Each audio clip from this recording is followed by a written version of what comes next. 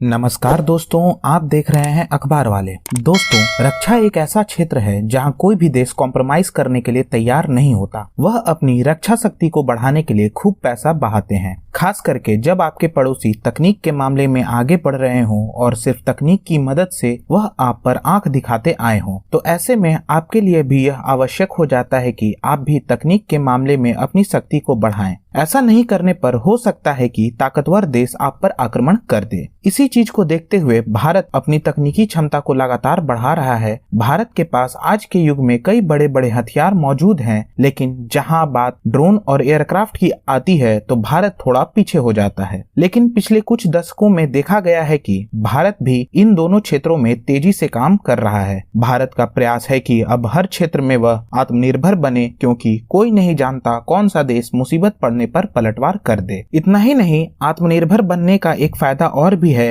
कि इसमें आपके पैसे की बचत होती है और इसके रख रखाव में भी ज्यादा खर्च नहीं होता। इसी को देखते हुए भारत ने अपना 5th जनरेशन लड़ाकू विमान को तैयार करने की ठानी। शुरुआत में तो इसका खूब मजाक उड़ाया गया, क्योंकि पहले सब यही सोच रहे थे कि भारत इस पर फेल हो जाएगा, भारत के पास इतने पैसे नहीं हैं कि वह पैसा पानी की तरह बहाए। लेकिन भारतीय वैज्ञानिकों ने इसका मुंहतोड़ जवाब दिया और आज के युग में एक ऐसे मुकाम पर पहुंच गया है जहां पर बड़े बड़े देश फेल हो चुके हैं। बात अगर करें 5th जनरेशन लड़ाकू विमान की, तो इस क्षेत्र में सिर्फ और सिर्फ अमेरिका आगे है। वहीं चीन दावा तो करता है कि उसके पास J-20 5th जनरेशन लड़ाकू विमान है, लेकिन विशेषज्ञ इसको 5th जनरेशन नहीं मानते, क्योंकि इसका स्टेल्थ तकनीक कमजोर है और रडार पर पकड़ में आ सकता है। वहीं रशिया भी 5th जनरेशन लड़ाकू विमान पर तेजी से काम कर रहा है और माना जा रहा है कि रशिया का 5th जनरेशन लड़ाकू विमान 2025 तक बनकर तैयार हो जाएगा। अब बात करें भारत की, तो भारत भी इस तकनीक के मामले में पीछे नहीं है। कल AMCA प्रोजेक्ट पर हिंदुस्तान एरोनॉटिक्स लिमिटेड के चेयरमैन और मैनेजिंग डायरेक्टर R माधवन ने कहा कि प्रिलिमिनरी डिजाइन रिव्यू को पिछले वर्ष दिसंबर के महीने में हम लोगों ने प्राप्त कर लिया था। हम जिस रफ्तार से काम कर रहे हैं, ऐसा लग रहा है कि 2022 के शुरुआत में हम क्रिटिकल डिजाइन रिव्यू की तकनीक को भी हासिल कर लेंगे। इतना ही नहीं, इस फ्लाइट के रोल आउट की भी 2023 तक तैयार कर लिया जाएगा और इसकी पहली उड़ान 2024 तक कर ली जाएगी। उन्होंने यह भी बताया कि हमारा AMCA